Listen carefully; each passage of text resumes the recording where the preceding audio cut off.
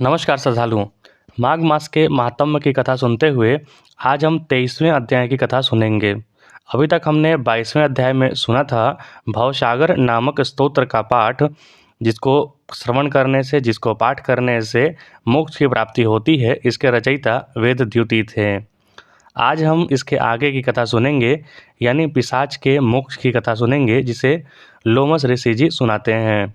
आइए हम 23वें अध्याय की ओर बढ़ते हैं। लोमस ऋषि कहने लगे कि जिस पिशाच को देवद्युति ने मुक्त किया, वह पहले द्रविड़ नगर में चित्र नाम वाला राजा था। वह बड़ा ही सूरवीर, सत्यपरायण तथा पुरोहितों को आगे करके यज्ञ आदि करता था। दक्षिण दिशा में उसका राज्य था और उसके कोष धन से भरे हुए थे।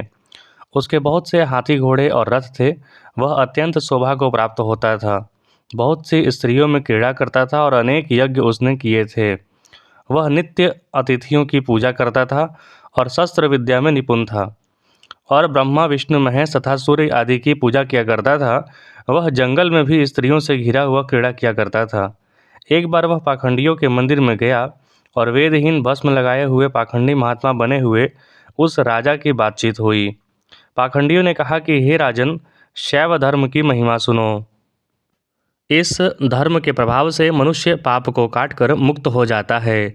सब वर्णों में शैव मत ही मुक्ति देने वाला है। शिव की आज्ञा के बिना दान, यज्ञ और तपों से कुछ नहीं बनता। शिव का सेवक होकर भस्म धारण करने वाला जटा रखने से ही मनुष्य मुक्त हो सकता है।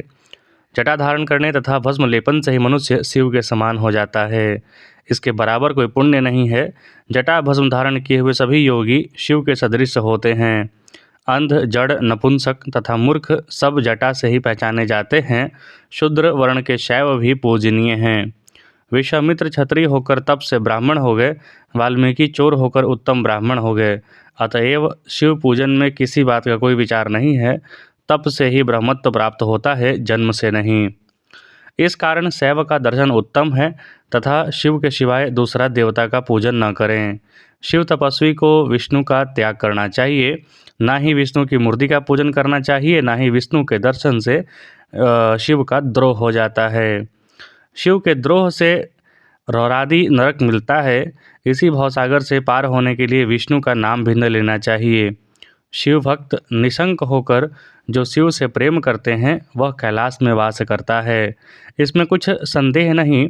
इस धर्म के पालन करने वालों का कभी नाश नहीं होता। इस पाखंडी के ऐसे वचन सुनकर राजा ने मोह में आकर उनका धर्म ग्रहण कर लिया और वैदिक धर्म को त्याग दिया। श्रुति, स्मृति और ब्राह्मणों की निंदा करने लगा।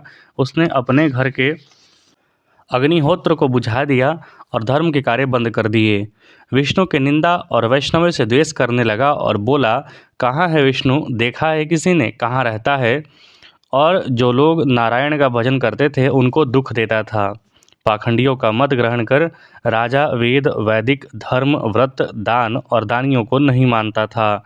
अन्याय से दंड देता वह कामी राजा सदा स्त्रियों के समूह में घिरा रहता और क्रोध से भरा रहता। गुरु तथा पुरोहितों के वचन को नहीं मानता था। पाखंडियों पर विश्वास करता था। उनको गांव, हाथी, घोड़े और सुवर्ण आदि देता था। उनके सब कार्य करता, भस्म धारण करता, मस्तक पर जटा रखता और जो कोई विष्णु का नाम लेता उसको वध कर दंड दिया जाता। यह धुंडी पिटवा दिया कि उसके डर से ब्राह्मण तथा वैष्णवों ने उस देश को छोड़ दिया, दूसरे देश चले गए। सारे देशवासी केवल नदी के जल से पीते थे। जीविका से दुखी होकर वृक्ष आदि नहीं लगाते थे, ना ही खेती करते थे। प्रजा अन्न के अभाव से गला सड़ा अन्न भी खा लेती थी। आचार, विचार, अग्नि क्रिया सबको छोड़कर काल रूपी वह राजा शासन करता था। कुछ काल पश्चात उस राजा की मृत्यु हो गई और वैदिक ऋषि से उसकी क्रिया भी नहीं की गई। यह यमदूतों से अनेक प्रकार के दुख उठाता हुआ कहीं लोहे के किलों पर चलता, कहीं अंगारों पर चलना पड़ता, कहीं सूर्य अति तीव्र था और ना कोई छाया का वृक्ष था, कहीं लोहे के डंडों से पीटा गया, कहीं बड़े बड़े दांतों वाले भेड़िए और कुत्तों से काटा गया। इस प्रकार पापियों का हाहाकार सुनता हुआ वह राजा यमलोक में पहुंचा। इस प्रकार पिशाच की जो मोक्ष प्राप्ति की कथा है, उसको आज यहीं पे समाप्त करते हैं। 23वां अध्याय यहीं पे समाप्त होता है।